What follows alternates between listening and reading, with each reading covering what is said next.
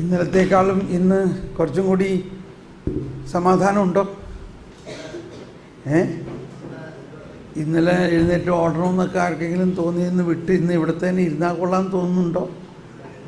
ആദ്യത്തെ ദിവസം കഴിഞ്ഞു, പക്ഷെ ഇപ്പോഴും അതങ്ങ് മുഴുവനായിട്ടില്ല. ഉച്ച വരെ ആകുമ്പോഴേക്കും നമ്മൾ ശരിക്ക് പഴുത്ത മാമ്പഴം പോലെയാവും, അല്ലെങ്കിൽ പച്ച മാങ്ങമായിരിക്കുള്ളൂ. ഇതൊരു ധ്യാനത്തിൻ്റെ പ്രോസസ്സാണിത്. ഈ ധ്യാനത്തിൻ്റെ പ്രത്യേകത, ആദ്യത്തെ 1.5 ദിവസം വളരെ പ്രയാസമായിരിക്കും. ഇവിടെ ഇരിക്കാൻ തന്നെ തോന്നുന്നില്ല. തലച്ചോറ് ഒട്ടയ്ക്കണ മാതിരിയോ തലകീഴ് മറിയണ മാതിരിയോ ഒക്കെ തോന്നുന്ന പറയണത്. എനിക്കും അങ്ങനെയൊക്കെ തന്നെ തോന്നണത്. മധ്യസ്ഥ പ്രാർത്ഥന നടക്കുന്നവർക്ക് തല വെട്ടിപ്പൊളിക്കണമാതിരി തോന്നാണ്. അപ്പോൾ ഞാൻ പറയും വെരി ഗുഡ്. അതിൻ്റെ അർത്ഥം ഇവിടെ എന്തോ പൊളിച്ചു പണി നടക്കുന്നുണ്ടെന്ന്. നമ്മുടെ ബുദ്ധിയുടെ മേഖലയിൽ, ബോധ്യത്തിൻ്റെ മേഖലയിൽ ഒരു പൊളിച്ചു പണി നടക്കുന്നതാണ് ഈശോ പറഞ്ഞതിൻ്റെ അർത്ഥം. അല്ലെങ്കിൽ ഏശയ്യായിലൂടെ പറഞ്ഞു, അന്ധകാരത്തിൽ കുടികൊണ്ടിരുന്ന ജനം ഒരു പ്രകാശം കണ്ടു. അപ്പോൾ ഈ അന്ധകാരം എന്ന് നമ്മൾ കേട്ടാൽ ഉടനെ നമ്മൾ പിശാചിനെ ചിന്തിക്കാറ്. എല്ലാം പിശാചല്ല. അന്ധകാരം എന്ന് പ്രകാശമെന്നും പറയുന്നതിന്, പ്രകാശം ദൈവിക ജ്ഞാനമാണ് എങ്കിൽ അന്ധകാരം എന്താണ്? ജ്ഞാനമില്ലായ്മയാണ്. അതിന് വേറൊരു വാക്ക് എന്ത് പറയാം? അജ്ഞത. ജനം കല്ലിനെയും മരത്തെയും പർവ്വതത്തെയും ആരാധിച്ചിരുന്ന കാലഘട്ടം. ആ കാലഘട്ടത്തിലാണ് സൃഷ്ടാവായ ദൈവം മനുഷ്യനായി അവരുടെ മുമ്പിൽ നിൽക്കുന്നു. പക്ഷെ ആർക്കും മനസ്സിലാവുന്നില്ല.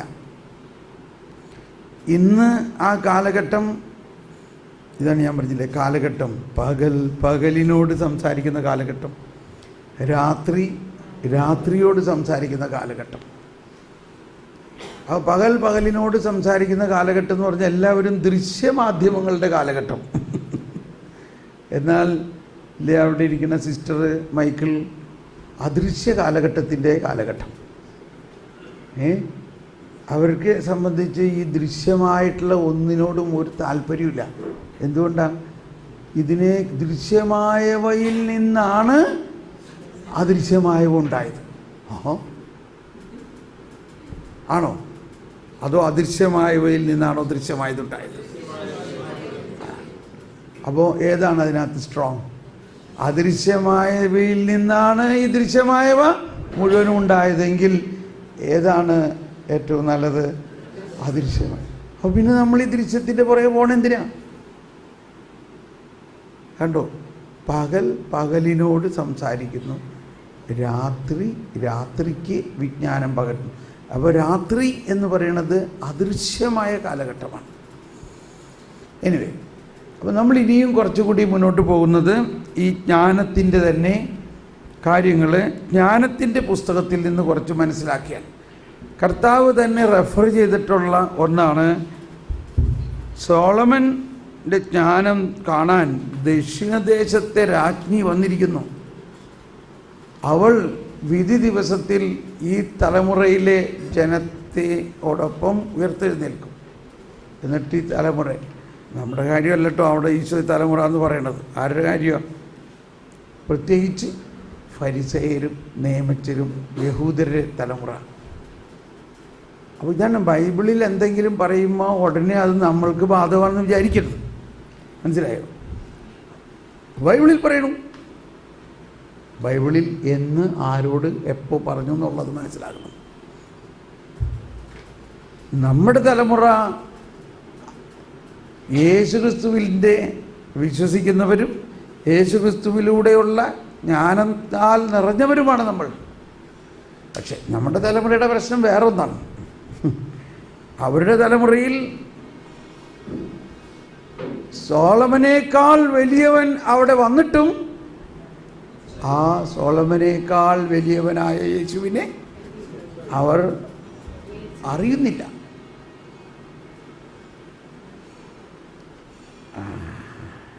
നമ്മൾക്ക് കുറച്ചൊക്കെ അത് കുറവുണ്ടാവുമായിരിക്കില്ലേ?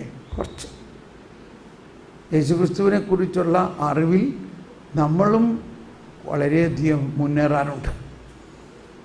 അപ്പോൾ നമ്മളിലോട്ട് ഫരിസേയ ഒരു യഹൂദ തത്വത്തിൻ്റെ അടിസ്ഥാനത്തിലാണ് നമ്മൾ ജീവിക്കണമെങ്കിൽ നമ്മളത് പറഞ്ഞോ, ദേ ഹാവ് ബ്രോഡൻഡ് ദെയർ ഫിലാക്ടറീസ്. അവരവരുടെ നെറ്റിപ്പട്ടത്തിൽ വചനമല്ല എന്ത് കൽപ്പനകൾ എഴുതി വെച്ച് ഞാൻ ഈ കൽപ്പനകൾ കൃത്യമായിട്ട് അനുസരിക്കണവനാണെങ്കിൽ നമ്മൾ ക്രിസ്ത്യാനി ആകില്ല. നമ്മൾ ആരാകും?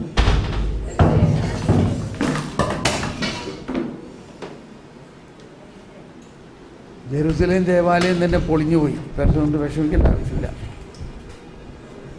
ജനാലകൾ അടയ്ക്കുക.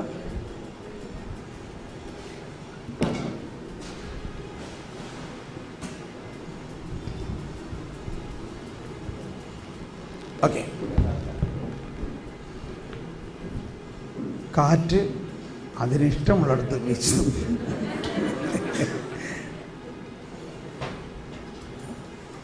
ആ വചനം ഇപ്പോൾ പറഞ്ഞാലും ആപ്ലിക്കബിളാണ്, പക്ഷെ അതാണ് അതിൻ്റെ അർത്ഥം. All right, okay.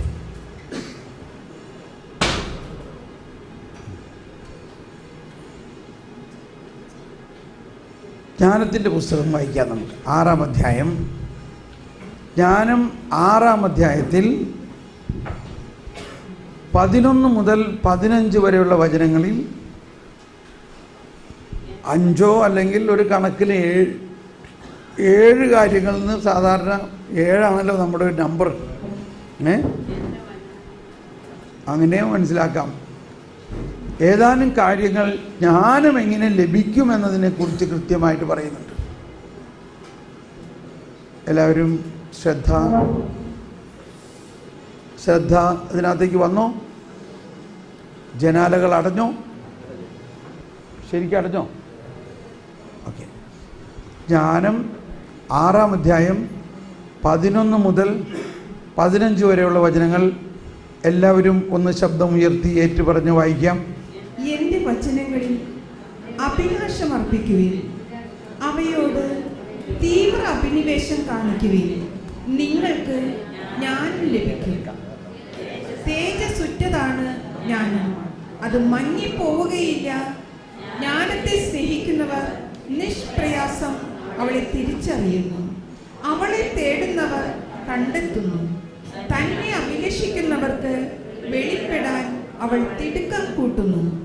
പ്രഭാതത്തിൽ ഉണർന്ന് അവളെ തേടുന്നവർ പ്രയാസം കൂടാതെ അവളെ കണ്ടുമുട്ടും. അവൾ വാതിൽക്കൽ കാത്തു നിൽപ്പുണ്ട്. അവളിൽ ചിന്തയുറപ്പിക്കുന്നതാണ് വിവേകത്തിന്റെ പൂർണ്ണത.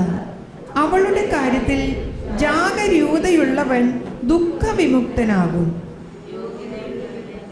ഓക്കെ, തൽക്കാലം നിൽക്കട്ടെ.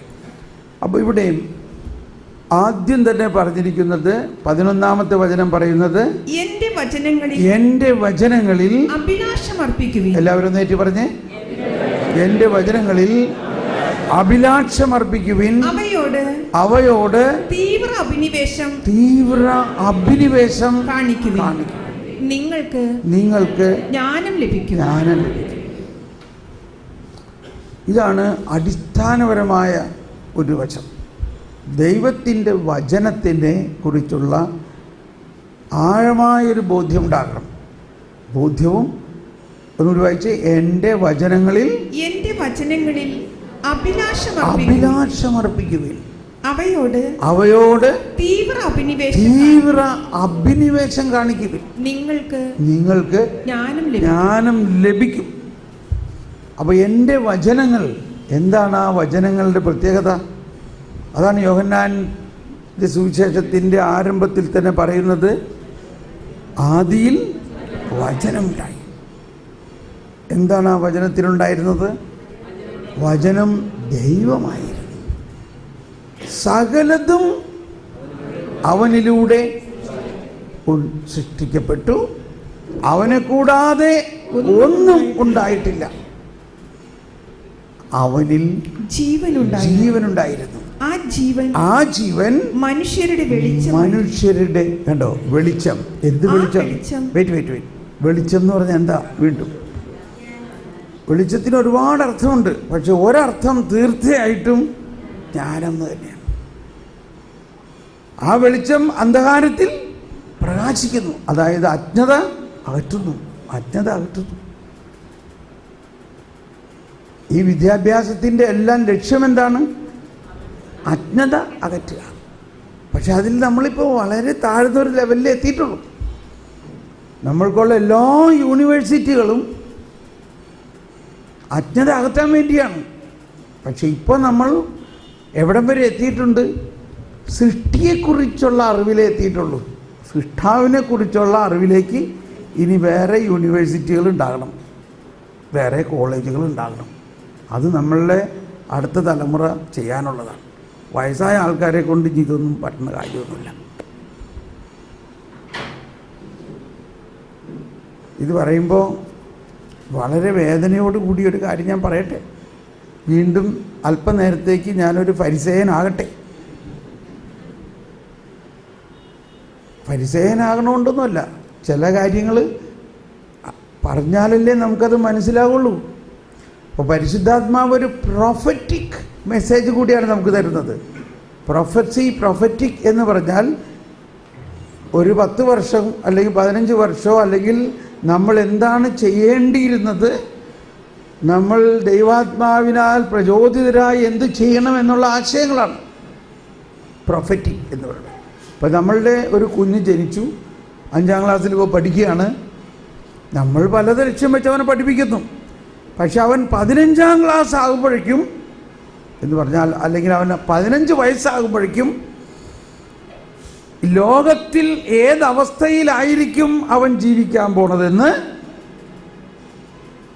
ആ സമയത്ത് ആ ലോകത്തിൻ്റെ തരംഗങ്ങളിൽ അവൻ ധൈര്യപൂർവം നീങ്ങണമെങ്കിൽ അവൻ എന്തവൻ്റെ ഉള്ളിൽ കൊടുക്കണമെന്നുള്ളത് ഇപ്പോൾ നമ്മൾക്ക് അറിയണം. അതിനാണ് പ്രൊഫറ്റിക് എന്ന് പറയുന്നത്, ഇല്ലേ?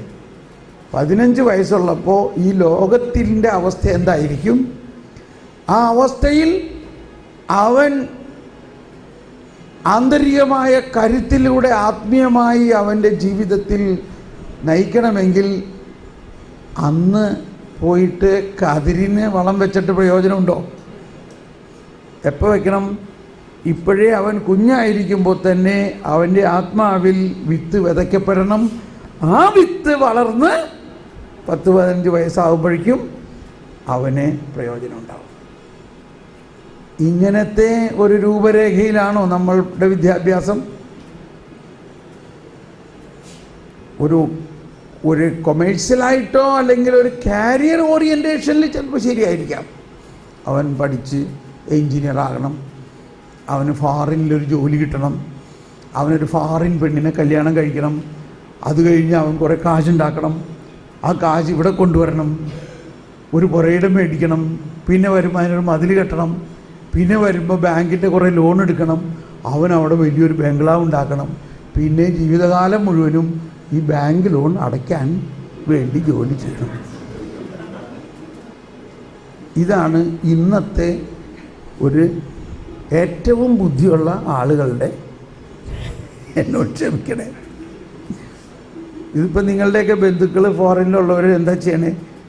അവിടെ ചെന്നപ്പോഴേക്കും 10-40 വയസ്സായി, PR അടിച്ചു, സിറ്റിസൺഷിപ്പ് കിട്ടി, പെർമനൻറ്റ് റെസിഡൻസി കിട്ടി. ഇനി ആദ്യം എന്താ ചെയ്യണേ? ഇനി ഉടനെ ഒരു വീട് മേടിക്കണം. മേടിക്കുമ്പോൾ ഏതായാലും വലിയതൊരെണ്ണം മേടിക്കുക. വല്ലപ്പോഴല്ലേ ഒരു വീട് ഒരിക്കലല്ലേ മേടിക്കുള്ളൂ. അതുകൊണ്ട് കിട്ടാവുന്നതിൽ ഏറ്റവും വലിയ വീട് മേടിച്ചു. അല്ലെങ്കിൽ നോക്കിയപ്പോൾ അവളുടെ വീട് ഇത്രയുണ്ട്, അവൻ്റെ വീട് ഇത്രയുണ്ട്, അതിലും ഒട്ടും കുറയാൻ പാടില്ല. നമ്മുടെ വീട് കുറയാൻ പാടില്ല.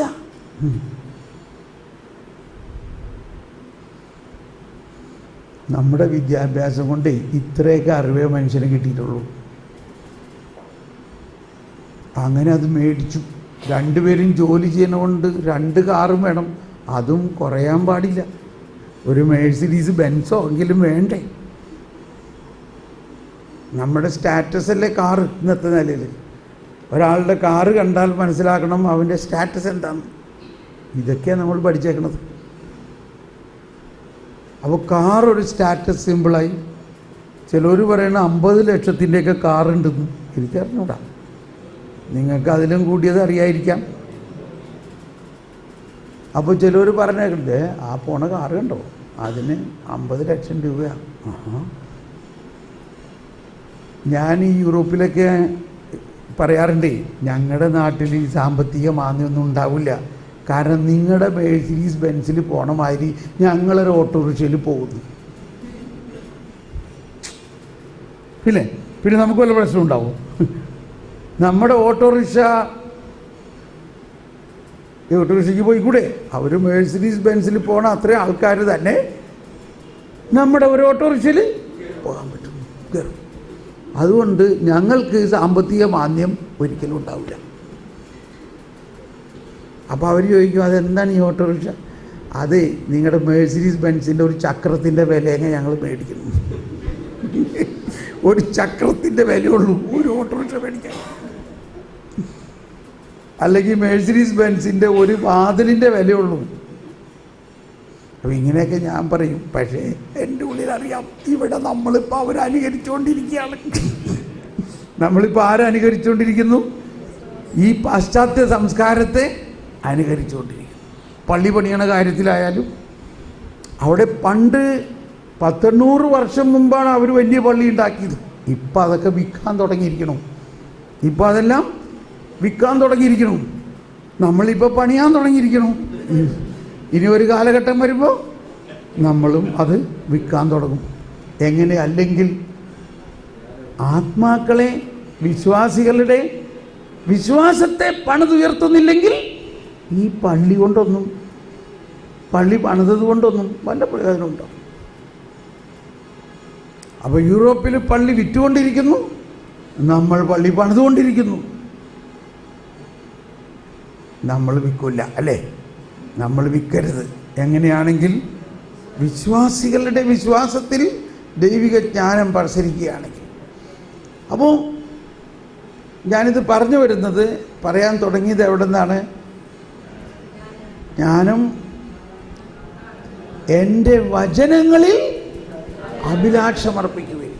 അപ്പോൾ ഈ ഭൗതിക വിജ്ഞാനം അഥവാ നമ്മൾ പഠിക്കുന്ന ശാസ്ത്രീയമായ വിജ്ഞാനം വേണം. അതും ദൈവത്തിൽ നിന്നുള്ളത് തന്നെയാണ്.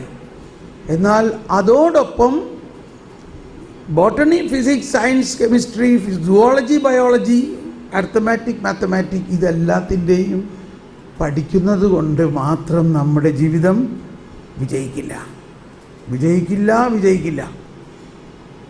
അതിൻ്റെ ഇടയിൽ വേറെ എന്തുകൂടി വേണം? ദൈവിക ജ്ഞാനം വേണം.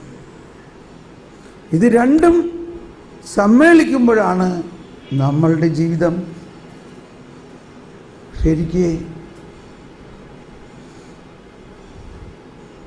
ഇപ്പോൾ ചില ആളുകളുടെ, ഞാനത് വിമർശനമായിട്ട് പറയാമെന്ന് വിചാരിക്കരുത്, വളരെ വിദ്യാസമ്പന്നരായ ആളുകൾ ഈ പറഞ്ഞ കാറിൻ്റെയും വീടിൻ്റെയും ഭൗതികമായ കാഴ്ചപ്പാടുകളുടെ സ്റ്റാറ്റസിലൂടെയാണ് ജീവിക്കുന്നത്.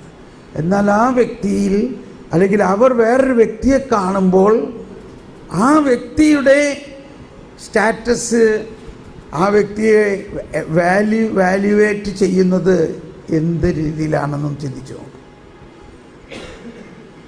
ആ വ്യക്തിയിൽ എത്രത്തോളം ദൈവീകതയുണ്ടെന്നോ, ആ വ്യക്തിയിൽ എത്രത്തോളം ദൈവിക ജ്ഞാനമുണ്ടെന്നോ വാല്യൂ ചെയ്യുന്നുണ്ടോ? മറിച്ച് ആ വ്യക്തിയുടെ ഭൗതികമായ, എക്സ്റ്റേണലായ, വിസിബിളായിട്ടുള്ള വസ്തുവകകളെ വെച്ചുകൊണ്ടാണ് നമ്മൾ ആ വ്യക്തിയെ വാല്യൂ ചെയ്യുന്നത്. ഒരു കല്യാണക്കാര്യം വന്നാലും ഇതൊക്കെ തന്നെയുള്ളൂ.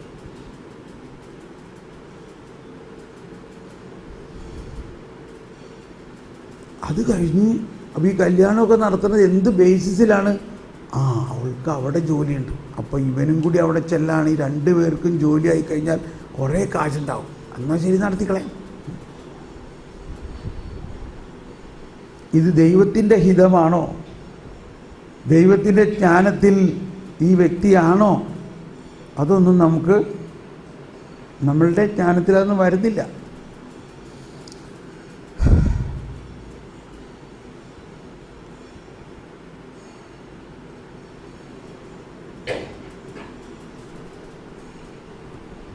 മനസ്സിലാവുന്നുണ്ടല്ലേ? നമ്മളിപ്പോൾ പലരെയും ചിന്തിക്കുകയാണ്. നമ്മളെ തന്നെയും നമ്മളുടെ കൂട്ടിലുള്ള ആൾക്കാരെയൊക്കെ ഒന്ന് ചിന്തിച്ച് നോക്കിയേ. എല്ലാത്തിലും ഈ ഒരു പോളിസിയാണ്. അപ്പോൾ അതുകൊണ്ട് ഇവിടെ പറയുകയാണ്, എൻ്റെ വചനങ്ങളിൽ അഭിലാഷമർപ്പിക്കുവിൻ, അവയോട് തീവ്ര അഭിനിവേശം കാണിക്കുവിൻ. ഇതൊരു പഠന വിഷയമാകണം. ഇത് ചുമ്മാ തുറന്ന് നോക്കി ഒരു വചനം എടുത്തു, അല്ലെങ്കിൽ ഒരു വചനപ്പെട്ടിയിൽ നിന്നൊരു വചനം എടുത്തു, ഏതെങ്കിലും ഒരു വചനത്തെ പരസ്പര ബന്ധമില്ലാതെ വായിച്ചു, അതുകൊണ്ടൊന്നും വചനം മാംസമാകില്ല. ഞാൻ വേദനയോടെ പറയാൻ പോണെന്ന് പറഞ്ഞിട്ടില്ല. പറയണോ? പറയാം. നിങ്ങളിൽ ഒരുപാട് പേര് വളരെ ബുദ്ധിയും കഴിവൊക്കെ ഉള്ള ആൾക്കാരാണ് ഇവിടെ. നിങ്ങൾക്കൊക്കെ വേണമെങ്കിൽ ഇതിന് ഈ ഡയറക്ഷനിൽ ചിന്തിക്കാവുന്നതാണ്. അതായത് കേരള സഭ ഇത്രയും പൗരാണികമായ 2000 വർഷത്തെ വിശ്വാസ പാരമ്പര്യമുള്ള സഭ ഇല്ലേ? അതൊക്കെ പറയുമ്പോൾ നമ്മൾ വികാരം കൊള്ളുന്നുണ്ട്, നമ്മൾ വളരെയധികം വാചാലരാകുന്നുണ്ട്, നമ്മൾ അഭിമാനിക്കുന്നുണ്ട്, അഹങ്കരിക്കുന്നുണ്ട്. എന്നാൽ ഈ സഭ, ഞാനിത് സഭ എന്ന് പറയുമ്പോൾ മെത്രാന്മാരെയോ അച്ഛന്മാരെയോ ഒന്നും അല്ല, ദൈവജനമാണ് സഭ എന്നുള്ള അർത്ഥത്തിലാണ് മനസ്സിലാക്കേണ്ടത്. ആരാണ് സഭ? ദൈവജനം. ആ ദൈവജനത്തിൽ നിന്നും ദൈവജനത്തിൻ്റെ ഇഷ്ടവും ദൈവത്തിൻ്റെ ഇഷ്ടവും കൂടി മിക്സ് ചെയ്ത് കൊണ്ടുപോകുന്ന അതിൻ്റെ പരിപാലകരാണ് മെത്രാന്മാരും അവരെയൊക്കെ. അപ്പോൾ അവരെ പറഞ്ഞിട്ടൊന്നും കാര്യമില്ല.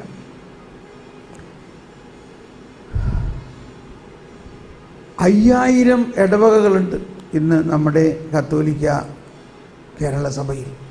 5000 ഇടവകയ്ക്ക് 6000 സ്കൂളുകളുണ്ട്.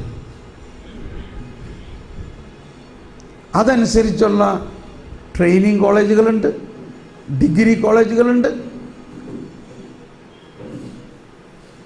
എൻജിനീയറിംഗ് കോളേജുകളുണ്ട്, മെഡിക്കൽ കോളേജുകളുണ്ട്, നേഴ്സിംഗ് കോളേജുകളുണ്ട്, മാനേജ്മെൻറ്റ് ഇൻസ്റ്റിറ്റ്യൂട്ടുകളുണ്ട്, കമ്പ്യൂട്ടർ സയൻസ് ഇൻസ്റ്റിറ്റ്യൂട്ടുകളുണ്ട്. എന്ത് വേണമെങ്കിലും പറഞ്ഞോ, അതെല്ലാ ഇൻസ്റ്റിറ്റ്യൂട്ടുകളും കോളേജുകളും ഉണ്ട്. എന്നാൽ ഒറ്റ ബൈബിൾ കോളേജ് പോലും ഇല്ല.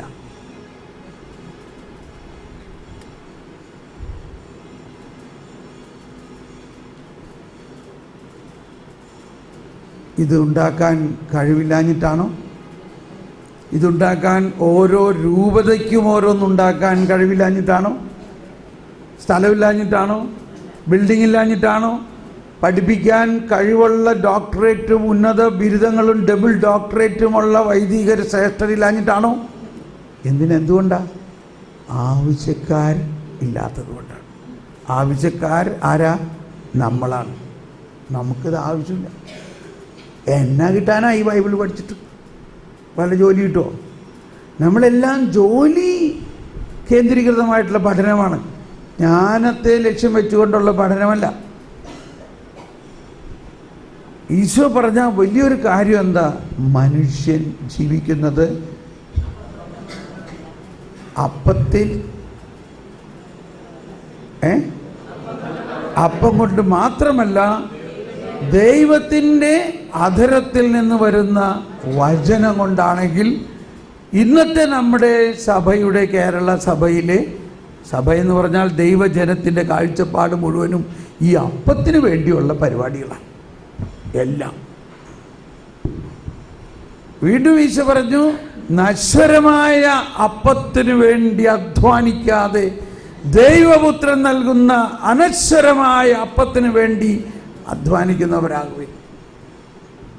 അതിന് വേണമെങ്കിൽ ഒരു ഉദാഹരണമാണ് തോമസ് പോൾ ബ്രദറും നമ്മുടെ കുടുംബവും ഞങ്ങളുടെ ശുശ്രൂഷയിലുള്ള എല്ലാവരും. ഇവിടെയുള്ള എല്ലാവരും ഫുൾ ടൈം കർത്താവിൻ്റെ ശുശ്രൂഷയിലാണ്. ഞാൻ അതുപോലെ ഷാജി പാട്ട് പാടുന്ന ഷാജിക്ക് 2 പെൺമക്കളും അവരുടെ കുഞ്ഞുമക്കളുമുണ്ട്. ഓർഗൻ വായിക്കുന്ന മാത്യൂസിന് 5 കുട്ടികളുണ്ട്. അവിടെ ഇരുന്ന് പ്രാർത്ഥിക്കുന്നവർ ഫുൾ ടൈം കർത്താവിന് വേണ്ടി പ്രാർത്ഥിക്കുന്നവരാണ്. ഞങ്ങളെല്ലാവരും ഞങ്ങളുടേതായിട്ടുള്ള ലോകത്തിൻ്റേതോ അല്ലെങ്കിൽ നശ്വരമായ അപ്പം വിട്ടു അനശ്വരമായ അപ്പത്തിന് വേണ്ടി അധ്വാനിക്കുന്നു. എന്നിട്ട് ഞങ്ങൾക്ക് വല്ല കുറവുണ്ടോ? ഒരു കുറവില്ല. ഒരു ബാങ്ക് ബാലൻസും ഇല്ല. എന്തിനാ ബാങ്ക് ബാലൻസ്? നീ കളപ്പുരകളിൽ ശേഖരിക്കരുതെന്നല്ലേ പറഞ്ഞേക്കണത്. കാരണം കർത്താവ് പറയാണ്, എൻ്റെ കളപ്പുരയിലുള്ളതൊക്കെ നിനക്കും കൂടി ഉള്ളതാ. നീ വേറെ കളപ്പുര ഉണ്ടാക്കേണ്ട എന്താ ആവശ്യം?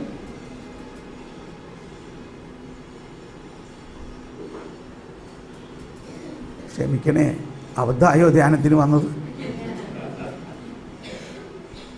ഇങ്ങനെയുള്ള സാഹചര്യത്തിലാണ് ചിലർ പതുക്കനെ ഇറങ്ങിപ്പോയി. കർത്താവിൻ്റെ വേണ്ട, നമുക്ക് ഈ പ്രബോധനം വേണ്ട. അപ്പോൾ ഇത് പറയാൻ കാരണം ഈ ഒറ്റ വചനത്തിൻ്റെ അടിസ്ഥാനത്തിലാണ്. എന്താണ് പറഞ്ഞത് അവിടെ? എൻ്റെ വചനങ്ങളിൽ അഭിലാഷമർപ്പിക്കുക, അവയോട് തീവ്ര അഭിനിവേശം കാണിക്കുക. നമ്മുടെ ഇൻസ്റ്റിറ്റ്യൂട്ടുകളിലെല്ലാം ഇപ്പോൾ ഞാൻ ഇവിടെ നിൽക്കുമ്പോൾ തന്നെ വളരെ വികാരഭരിതമായിട്ടാണ്. ഈ കോമ്പൗണ്ട് എന്ന് പറഞ്ഞാൽ എന്തോരം ഇൻസ്റ്റിറ്റ്യൂട്ടുകളാണ് ഇതിനകത്തുള്ളത്. തീർച്ചയായിട്ടും ഇവിടെ വചനത്തിൻ്റെ പഠന പദ്ധതികളും ഇതിൻ്റെ ഇടയ്ക്ക് ഉണ്ടാവുമെന്ന് ഞാൻ പ്രതീക്ഷിക്കുന്നത്. നമ്മൾക്കുള്ള എല്ലാ ഇൻസ്റ്റിറ്റ്യൂട്ടുകളിലും, നമുക്കുള്ള എല്ലാ സ്കൂളുകളിലും കോളേജുകളിലും എന്തുകൊണ്ട് വചനം പഠിക്കാനും കൂടി ഒരു സ്പെഷ്യൽ ക്ലാസ് എങ്കിലും, അതായത് ആരെയും നിർബന്ധിക്കേണ്ട, ഒരു വോളണ്ടറി ആയിട്ട് ആർക്കെങ്കിലും താല്പര്യമുള്ളവർക്ക് വൈകുന്നേരത്ത് 1 മണിക്കൂർ വചനം പഠിക്കാം. ഇതൊക്കെ ഉണ്ടാകണോ വേണ്ടയോ? ഉണ്ടാകും. നമുക്കൊരു മിനിറ്റ് ഒന്ന് അതിനുവേണ്ടി ഒന്ന് പ്രാർത്ഥിക്കാം. കർത്താവേ, ഞങ്ങളുടെ കത്തോലിക്ക വിദ്യാഭ്യാസ രംഗത്ത് എന്തിനാണ് ഈ കത്തോലിക്ക വിദ്യാഭ്യാസ സ്ഥാപനങ്ങൾ, അത് ഗവൺമെൻറ് കോളേജുകളും സ്കൂളുകളുടെ മാതിരി ആകാൻ വേണ്ടിയാണോ? തീർച്ചയായിട്ടുമല്ല. അതിലെല്ലാം ദൈവത്തിൻ്റെ വചനവും കൂടി പഠിക്കണം, ദൈവത്തിൻ്റെ ജ്ഞാനവും കൂടി പകരണം. അതിനുള്ള വഴികൾ ഞങ്ങൾക്ക് കാണിച്ചു തരണമേ. നമുക്ക് സ്തുതിക്കാം. ഓരോ രൂപതകളും, ഓരോ സ്ഥാപനങ്ങളും, ഓരോ റിലീജിയസ് കോൺഗ്രിഗേഷനുകൾക്കും ഈ ജ്ഞാനം കിട്ടുന്നതിനും, ബൈബിൾ കോളേജുകൾ ഓരോ രൂപതകളിലും ദൈവവചനവും ദൈവജ്ഞാനവും പഠിപ്പിക്കുന്ന ബൈബിൾ കോളേജുകൾ രൂപമുണ്ടാകണം. അൽമായർക്ക് സൗജന്യമായി വചനം പഠിക്കുന്നതിനും അത് പഠിക്കുന്ന സമയത്ത് അവരുടെ കുടുംബത്തിന് സ്റ്റൈഫൻഡ് വരെ കൊടുക്കപ്പെടുന്നതിനും വ്യവസ്ഥകൾ ഉണ്ടാകുന്നതിന് കർത്താവേ ഞങ്ങൾ പ്രാർത്ഥിക്കുന്നു.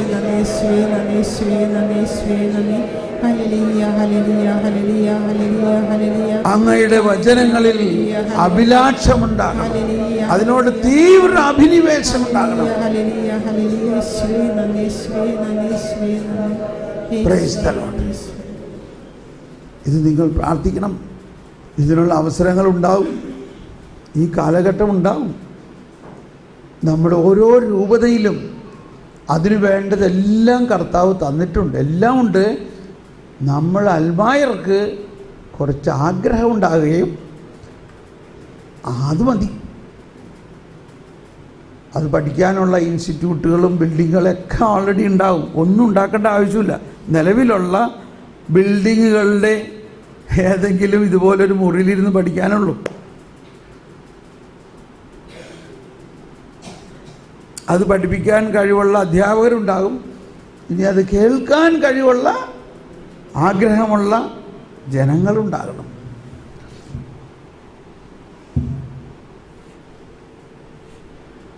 അപ്പോൾ ഇതെല്ലാം പറഞ്ഞത് ജ്ഞാനം എങ്ങനെ ലഭിക്കുന്ന ഇപ്പോൾ പറഞ്ഞത്, എൻ്റെ വചനങ്ങളിൽ അഭിലാഷമർപ്പിക്കുവിൻ, അതോട് തീവ്ര അഭിനിവേശം കാണിക്കും. ഇനിയിപ്പോൾ അതുണ്ടാവാൻ നോക്കിയിരുന്നിട്ട് കാര്യമൊന്നുമില്ല, അതുണ്ടാവട്ടെ. അതുവരയ്ക്കും ഇപ്പം ഞാനെങ്ങനെ ഇതൊക്കെ പഠിച്ചത്? നമ്മൾ തന്നെ വീട്ടിലിരുന്ന് ബൈബിളും കാറ്റക്കിസവും സഭാപ്രബോധനങ്ങളും. ഇതാ പരിശുദ്ധാത്മാവിനെക്കുറിച്ച് ജോൺ പോൾ രണ്ടാമൻ്റെ പ്രബോധനങ്ങൾ അടങ്ങുന്നൊരു പുസ്തകമാണ്. ജോൺ പോൾ രണ്ടാമൻ്റെ 25-ലധികം വർഷക്കാലത്തെ പാപ്പസിയിൽ അദ്ദേഹം പരിശുദ്ധാത്മാവിനെ കുറിച്ച് നൽകിയ പ്രബോധനങ്ങൾ മാത്രം അടങ്ങുന്ന ഒരു പുസ്തകമാണ്. ഇത്രയുണ്ട്. അതിൻ്റെ ആദ്യം ഡൊമിനും വിവിഫിക്കാൻഡം എന്ന ചാക്രിക ലേഖനം, അതിനുശേഷം 80ഓളം പ്രഭാഷണങ്ങൾ ഒരു പരമ്പരയായിട്ട് പോപ്പ് ജോൺ പോൾ II പരിശുദ്ധാത്മാവിനെ കുറിച്ച് നൽകി. അതിനുശേഷം 1998 പരിശുദ്ധാത്മ വർഷം, ഒരു വർഷം മുഴുവനും എല്ലാ ജനറൽ ഓഡിയൻസിനും പരിശുദ്ധാത്മാവിനെ കുറിച്ച് നൽകിയ പ്രബോധനങ്ങൾ. അതുകൂടാണ്ട് മറ്റനേകം ഒക്കേഷനുകളിൽ, പന്തക്കുസ്താ തിരുനാളുകളിൽ, പല സാഹചര്യങ്ങളിലും പരിശുദ്ധാത്മാവിനെ കുറിച്ച്, ഇതെല്ലാം പാപ്പൽ ടീച്ചിങ്സാണ്. ഈ പുസ്തകം കണ്ടോളൂ. ഇതിൻ്റെ ശീർഷകം the Holy Spirit in the writing of Pope John Paul II. ഇത് അമേരിക്കയിൽ പ്രസിദ്ധീകരിക്കുന്നതാണ്. ആമസോണിൽ ഇത് കിട്ടും. ഇത് സാധിക്കുന്നവർ വാങ്ങുക. അമേരിക്കയിൽ നിന്ന് നിങ്ങളുടെ സുഹൃത്തുക്കളൊക്കെ വരുമ്പോൾ അവിടെ നിന്ന് കപ്പയും വാങ്ങിയതായാലും കൊണ്ടുവരാൻ പറ്റൂലല്ലോ. ഇങ്ങനെയുള്ളത് വല്ലതൊക്കെ കൊണ്ടുവരാൻ പറയും. ജോണി വാക്കറും ശിവാശ്രീകളൊന്നും അല്ല ഈ നമുക്ക് വേണ്ടത്. എന്ത് വേണം? Holy Spirit. ഇങ്ങനെയുള്ള പുസ്തകങ്ങളൊക്കെ ഇങ്ങോട്ട് വരട്ടെ. ഇത് ഇവിടുത്തെ ലൈബ്രറികളിൽ ഇല്ലെങ്കിൽ അതിൻ്റെ അധികാരപ്പെട്ടവരോട് നിങ്ങളൊന്ന് സൂചിപ്പിച്ച് ഇത് നിങ്ങളുടെ സ്ഥാപനങ്ങളുടെ ലൈബ്രറികളിൽ ഉണ്ടാകട്ടെ. ഇത് ഇടയ്ക്ക് മുഴുവനും വായിച്ചാലൊന്നും ഇത് പറ്റില്ല. ഒരു പേജെങ്കിലും ഒന്ന് എടുത്തൊന്ന് വായിക്കും. ഡൊമിനം വിവിഫിക്കാൻഡം ഫ്രീ ഡൗൺലോഡായിട്ട് നിങ്ങൾക്ക് കിട്ടും. ഇത് എഴുതി ഗൂഗിൾ ചെയ്താൽ മതി. ഡൊമിനും അറ്റ് വിവിഫിക്കാൻഡം. പോപ്പ് ജോൺ പോൾ II വളരെ പ്രസിദ്ധമായ ചാക്രിക ലേഖനമാണത് പരിശുദ്ധാത്മാവിനെ കുറിച്ച്. അപ്പം ഇതിലെല്ലാം പോപ്പ് പറയുന്നത് നമ്മൾ ഇനിയും അറിയാനുണ്ട്. പരിശുദ്ധാത്മാവിനെ കുറിച്ച് തന്നെ നമ്മൾ വേണ്ട മാതിരി അറിയുന്നില്ല. ദൈവവചനത്തെക്കുറിച്ച് നമ്മൾ വേണ്ട മാതിരി അറിയുന്നില്ല. ഓക്കെ, അപ്പോൾ ദൈവവചനത്തിൽ ജ്ഞാനമുണ്ട്. നമ്മുടെ മലങ്കര സഭ പോലെ തന്നെ കത്തോലിക്ക സഭയിലെ മറ്റൊരു ഈസ്റ്റേൺ സഭയാണ് ബൈസെൻറ്റൈൻ കാത്തലിക് ചർച്ച്. ബൈസെൻറ്റൈൻ അവരുടെ കുർബാന ആൾമോസ്റ്റ് നമ്മുടെ ഈ മലങ്കര കുർബാന വായന തന്നെയാണ്. കുരിയലൈസോൻ ഇതിങ്ങനെ ഇതിനേക്കാൾ കൂടുതൽ പ്രാവശ്യം അവർ പ്രാർത്ഥിക്കുന്നത് Lord have Mercy, Lord have Mercy, Lord have Mercy. അത് കേൾക്കുമ്പോഴേ തന്നെ നമുക്ക് ഭയങ്കര അനുഭവം. ദൈവം കരുണയല്ലാതെ മറ്റൊന്നുമല്ല. അതിൽ എന്നെ സ്പർശിച്ചിട്ടുള്ളൊരു ഭാഗം ഇതാണ്. സുവിശേഷം വായിക്കുന്നതിന് മുമ്പ് ആ സുവിശേഷ പുസ്തകം ഉയർത്തിയിട്ട് വൈദികൻ ഇപ്രകാരം അരുളി ചെയ്യും: Wisdom be attentive. ജ്ഞാനം ശ്രദ്ധയോടെ കേൾക്കുവിൻ. അത് ചിലവരത് പറയുമ്പോൾ ശരിക്കും ഒരു ഇടി വെട്ടണമായിരിക്കും നമുക്ക് തോന്നുന്നത്. Wisdom be attentive. ഞാൻ ആ കുർബാനയ്ക്ക് പോണത് ഇത് കേൾക്കാൻ വേണ്ടി മാത്രമാണ്. എന്ന് പറഞ്ഞാൽ എൻ്റെ ഏറ്റവും എന്നെ അനുഭവമാക്കുന്നത് ഈ ഒരു രഹസ്യമാണ്. ആ സുവിശേഷം ഉയർത്തിപ്പിടിച്ചിട്ട് ഉച്ചസ്വരത്തിൽ വൈദികൻ പ്രഖ്യാപിക്കും, Wisdom be attentive. അത് വരുന്നത് എന്തോ അകത്തുനിന്നൊരു ശബ്ദം വരണം. അങ്ങനെ തന്നെ അവർ പറയണത്. ചിലവർ പറയും വിസ്ഡം ബി അറ്റൻറ്റീവ് എന്ന് പറഞ്ഞ് പ്രാർത്ഥിക്കുകയും ചെയ്യും. പക്ഷേ ചിലവർ അത് ശരിക്ക്. അപ്പോൾ എന്താണ് ഈ വിസ്ഡം? എന്താണിത്? അങ്ങയുടെ വചനം അങ്ങയുടെ ജ്ഞാനമാണ്, ദൈവത്തിൻ്റെ ജ്ഞാനമാണ്. ഓക്കെ, അപ്പോൾ ജ്ഞാനം എങ്ങനെ കിട്ടാം എന്നുള്ളതിൻ്റെ ആദ്യ പോയിന്റ് എന്താ അവിടെ പറയുന്നത്? അങ്ങയുടെ വചനങ്ങളിൽ അഭിലാഷം, എൻ്റെ വചനങ്ങളിൽ അഭിലാഷം അർപ്പിക്കുവിൻ. അപ്പോൾ നമ്മളിനി വചനം വായിക്കുമ്പോൾ ചുമ്മാ അങ്ങനെ വായിച്ചു പോയാൽ പോരാ, അതിൻ്റെ ഉള്ളിൽ എന്തോ ഒളിഞ്ഞിരിക്കുന്നുണ്ട് എന്ന് ചിന്തിക്കണം. അതിൻ്റെ ഉള്ളിൽ ഒളിഞ്ഞിരിക്കുന്ന ജ്ഞാനം എന്താണെന്ന് ചിന്തിക്കണം. ഈ ധ്യാനം കഴിയുമ്പോൾ തന്നെ നിങ്ങൾക്കത് മനസ്സിലാവും. നമ്മൾ ഇത്രയും നാൾ വചനം വായിക്കുന്ന രീതിയിലല്ല അതിൻ്റെ ഉള്ളിൽ. അപ്പോൾ ഞാൻ വേറൊരു വചന പഠന ഒരു രൂപരേഖ ഞാൻ പിന്നീട് മനസ്സിലാക്കി തരാം, എങ്ങനെ വചനം പഠിക്കണമെന്ന്. അതിനോട് തീവ്ര അഭിനിവേശം കാണിക്കുക. ആ തീവ്ര അഭിനിവേശത്തിന് ഭാഗമായിട്ടാണ് അതിനെക്കുറിച്ചൊരു റിസർച്ച് ഓറിയൻറ്റേഷൻ വേണം നമുക്ക്. അതിൻ്റെ ഉള്ളിലേക്ക് ചൂഴ്ന്നിറങ്ങി അതിൻ്റെ വിസ്മരണീയമായ കാര്യങ്ങൾ പഠിക്കണം, അതിനെക്കുറിച്ചൊരല്പം. അപ്പോൾ അതിനാവശ്യമായ ഒരു പ്രധാന കാര്യം ഒരു റെഫറൻസ് ബൈബിൾ നിങ്ങളുടെ സ്വന്തമായിട്ട് വേണം. I would recommend New American Bible. New American Bible ഇപ്പോൾ ഡിവൈനിൽ പ്രിൻ്റ് ചെയ്യുന്നുണ്ട്. 250 രൂപയുള്ളവർ വില. ന്യൂ അമേരിക്കൻ ബൈബിൾ എക്സാക്ട്ലി അതുപോലെ, it is a reference Bible. അപ്പോൾ അതിൻ്റെ ഒരു ഗുണം, അതിൻ്റെ ഒരു പേജ് എടുത്താൽ അതിൻ്റെ ഇടതുവശത്ത് ആ ടെക്സ്റ്റ് ആയിരിക്കും. ഒരു പേജിൽ പകുതിയേ ഉണ്ടാവുള്ളൂ, ബാക്കി ഭാഗം അതിൻ്റെ ഇൻ്റർപ്രിറ്റേഷൻ ആയിരിക്കും. അതുകൂടാതെ അതിൻ്റെ കോറിലേഷൻസ്, അതിനകത്ത് ഓരോ വചനവും പഴയ നിയമത്തിലെയും പുതിയ നിയമത്തിൻ്റെ ശേഷഭാഗങ്ങളുമായിട്ട് എങ്ങനെ റിലേറ്റഡ് ആണെന്നുള്ളതിൻ്റെ ക്രോസ് റെഫറൻസുകളുണ്ടാകും. അതിൽ ആകർഷിക്കുന്ന രീതിയിലുള്ള ഓരോ വചനത്തിൻ്റെയും കാത്തലിക് ഇൻ്റർപ്രിറ്റേഷൻ ഉണ്ടാകും. അപ്പോൾ അതൊന്ന്. പിന്നെ ഒന്ന് പാപ്പൽ ഡോക്യുമെൻറ്റ്സുകളിൽ കൂടുതൽ ശ്രദ്ധിക്കുകയാണെങ്കിൽ അത് വായിക്കുമ്പോൾ നമുക്ക് ഈ വചനത്തിൻ്റെ ആ പാപ്പൽ ഡോക്യുമെൻറ്റ്സിൽ പ്രത്യേകിച്ച് ജോൺ പോൾ II ഒക്കെ ഡോക്യുമെൻറ്റ്സ് വായിക്കുമ്പോൾ ഒരു ചെറിയ